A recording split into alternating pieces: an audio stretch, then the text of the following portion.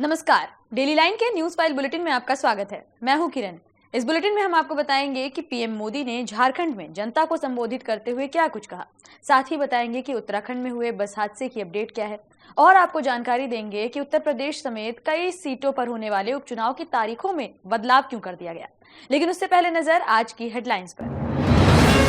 झारखंड में गरजे PM Modi, JMM RJD Congress को कहा परिवारवादी। आजादी के बाद गढ़वा में पहली बार प्रधानमंत्री की हुई चुनावी जनसभा। यूपी, पंजाब, केरल में उपचुनाव की बदली तारीख। 14 सीटों पर अब 13 की जगह 20 नवंबर को होगी वोटिंग। त्योहारों की वजह से शेड्यूल बदला। उत्तराखंड के अल्मोड़ा में बस हादसा, 36 की मौत, 6 घायल। बस में 42 लोग सवार थे। जम्मू कश्मीर विधानसभा के पहले सत्र में हंगामा। पीडीपी ने 370 हटाने के खिलाफ प्रस्ताव किया पेश। सीएम उमर बोले, इसका अभी कोई उद्देश्य नहीं। महाराष्ट्र विधानसभा चुनाव से पहले डीजीपी का हुआ ट्रांसफर। विपक्ष की शिकायत पर लिया गया एक्शन। कांग्रेस ने कहा था रश्मि निष्पक्ष चुनाव नहीं होने दे रही। चर्चा करेंगे खबरों की विस्तार से। रुख करेंगे पहली खबर की ओर। प्रधानमंत्री नरेंद्र मोदी सोमवार को झारखंड विधानसभा चुनाव के पहले फेज में होने वाली 43 सीटों पर चुनाव के लिए गढ़वा और चाईबासा में 2 रैलियां करने पहुंचे। पहली रैली गढ़वा के चेतना गांव में श्री कृष्ण गौशाला मैदान में हुई, जहां आजादी के बाद पहली बार गढ़वा में किसी प्रधानमंत्री का आगमन हुआ है। यहां पर चुनावी सभा को संबोधित करने पहली बार कोई प्रधानमंत्री पहुंचा। प्रधानमंत्री ने यहां जनसभा को संबोधित करते हुए कहा कि कुछ लोग जो यहां बैठे हैं वो कहते थे कि हमारी छाती पर झारखंड बनेगा। उनकी छाती पर झारखंड बन गया, लेकिन झारखंड के कुछ नेता उनकी गोदी में जाकर बैठ गए। पीएम का इशारा लालू प्रसाद यादव और हेमंत सोरेन पर था। पीएम मोदी ने हेमंत सोरेन का नाम लिए बिना उनके और उनके मंत्रियों के भ्रष्टाचार का भी जिक्र किया। पीएम ने कहा कि मंत्री विधायक हर कोई भ्रष्टाचार में लिप्त है। एक मंत्री के घर से नोटों का पहाड़ निकला। मैंने भी पहली बार नोटों का पहाड़ टीवी पर ही देखा। पीएम मोदी ने यहाँ परिवारवाद का भी जिक्र किया। उन्होंने कहा कि जेएमएम, आरजेडी और कांग्रेस तीनों ही पार्टियां घोर परिवारवादी हैं। ये चाहती हैं कि सत्ता की चाबी हमारे या फिर हमारे परिवार के हाथ में ही रहे। हालांकि खुद भाजपा ने ही इस बार 68 में से 18 सीटों पर नेताओं के रिश्तेदारों को टिकट दिया है। वहीं इंडिया ब्लॉक की बात करें तो इंडिया ने 20 सीटों पर नेताओं के रिश्तेदारों को उतारा है। बढ़ेंगे अगली खबर की ओर। उत्तर प्रदेश, पंजाब और केरल में होने वाले विधानसभा उपचुनाव की तारीखों में बदलाव किया गया है। चुनाव आयोग ने सोमवार को बताया कि तीनों राज्यों की 14 विधानसभा सीटों पर अब 13 नवंबर की जगह 20 नवंबर को वोटिंग होगी। रिजल्ट 23 नवंबर को ही आएंगे। चुनाव आयोग के मुताबिक उत्तर प्रदेश की 9, पंजाब की 4 और केरल की 1 विधानसभा सीट पर अब 20 नवंबर को वोटिंग होगी। तारीखों में बदलाव भाजपा, कांग्रेस, आरएलडी और बसपा की मांग पर की गई है। इन पार्टीज का कहना था कि 15 नवंबर को कार्तिक पूर्णिमा और गुरु नानक देव का प्रकाश पर्व है। वहीं केरल में 13 से 15 नवंबर तक कल्पाथी रास्थोल सेवम मनाया जाएगा, जिससे वोटिंग पर असर पड़ सकता है।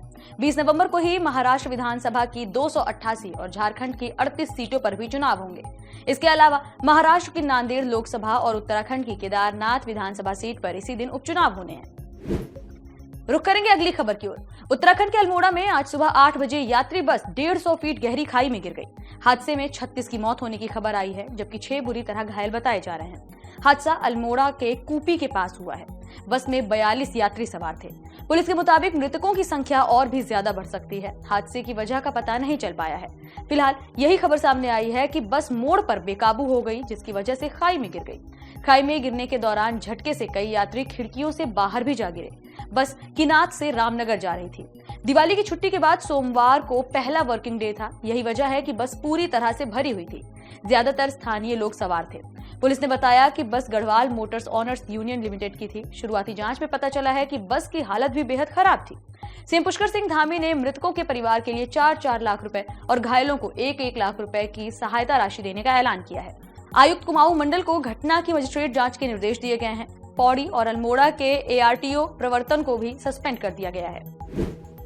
रुख करेंगे अगली खबर की ओर। जम्मू कश्मीर में 10 साल बाद हुए विधानसभा चुनाव के पहले ही विधानसभा सत्र में जमकर बवाल देखने को मिला। सोमवार को विधानसभा का पहला सत्र शुरू हुआ। सत्र के पहले दिन ही सभा में भाजपा, पीडीपी और नेशनल कॉन्फ्रेंस के विधायकों के बीच हंगामा हो गया। पीडीपी विधायक रहमान पारा ने राज्य से 370 हटाए जाने के खिलाफ प्रस्ताव पेश किया, जिसके विरोध में भाजपा विधायकों ने नारेबाजी की। इस दौरान एक विधायक सदन के वेल में भी पहुंच गए। हंगामे के दौरान सीएम उमर ने कहा कि हमें पता था कि इस प्रस्ताव की तैयारी की जा रही है। वास्तविकता ये है कि जम्मू कश्मीर के लोग 5 अगस्त 2019 को लिए गए फैसले को स्वीकार नहीं करते हैं।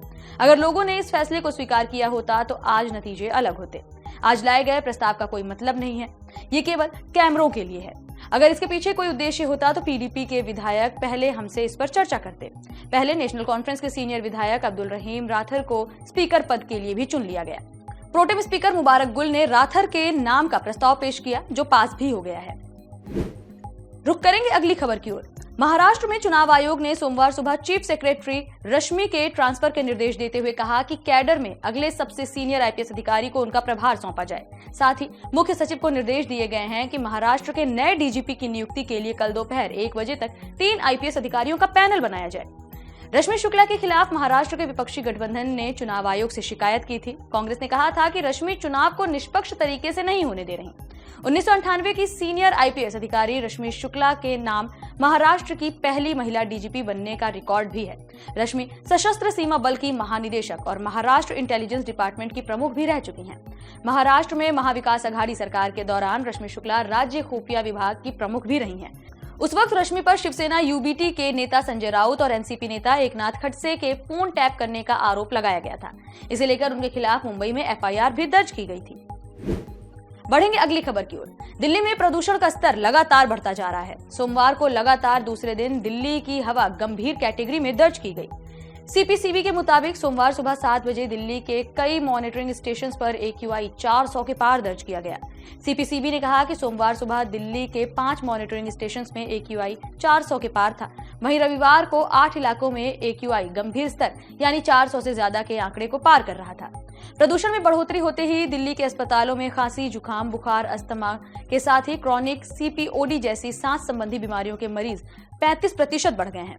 मौसम वैज्ञानिकों का कहना है कि पाकिस्तान की ओर से हवाएं भारत की ओर आ रही हैं। ऐसे में संभावना है कि दिल्ली NCR में 6 दिन और AQI इसी तरह से लोगों को परेशान करता रहेगा। बढ़ेंगे अगली खबर की ओर। कांग्रेस नेता और लोकसभा में नेता विपक्ष की भूमिका निभा रहे राहुल गांधी मंगलवार को उत्तर प्रदेश के रायबरेली यानी अपने संसदीय क्षेत्र आएंगे। यहां वे जिला समन्वय की बैठक में हिस्सा लेंगे और फिर दिशा की पहली बैठक में भी शामिल होंगे। इसके अलावा राहुल गांधी उद्घाटन और शिलान्यास संबंधी कार्यक्रमों में भी शिरकत करेंगे। रायबरेली के सांसद राहुल गांधी कई योजनाओं का लोकार्पण और शिलान्यास भी करेंगे। राहुल गांधी दिशा की बैठक में शामिल होते हुए जिले का हाल भी जानेंगे, जहां उनके साथ अमेठी सांसद KL शर्मा भी नजर आएंगे। राहुल गांधी का ये दौरा ऐसे वक्त में हो रहा है जब यूपी में विधानसभा की 9 सीटों पर उपचुनाव होना है। ऐसे में ये दौरा काफी ज्यादा अहम माना जा रहा है। फिलहाल के लिए इतना ही। देश और दुनिया से जुड़ी तमाम खबरों से अपडेटेड रहने के लिए बने रहिए डेली लाइन के साथ।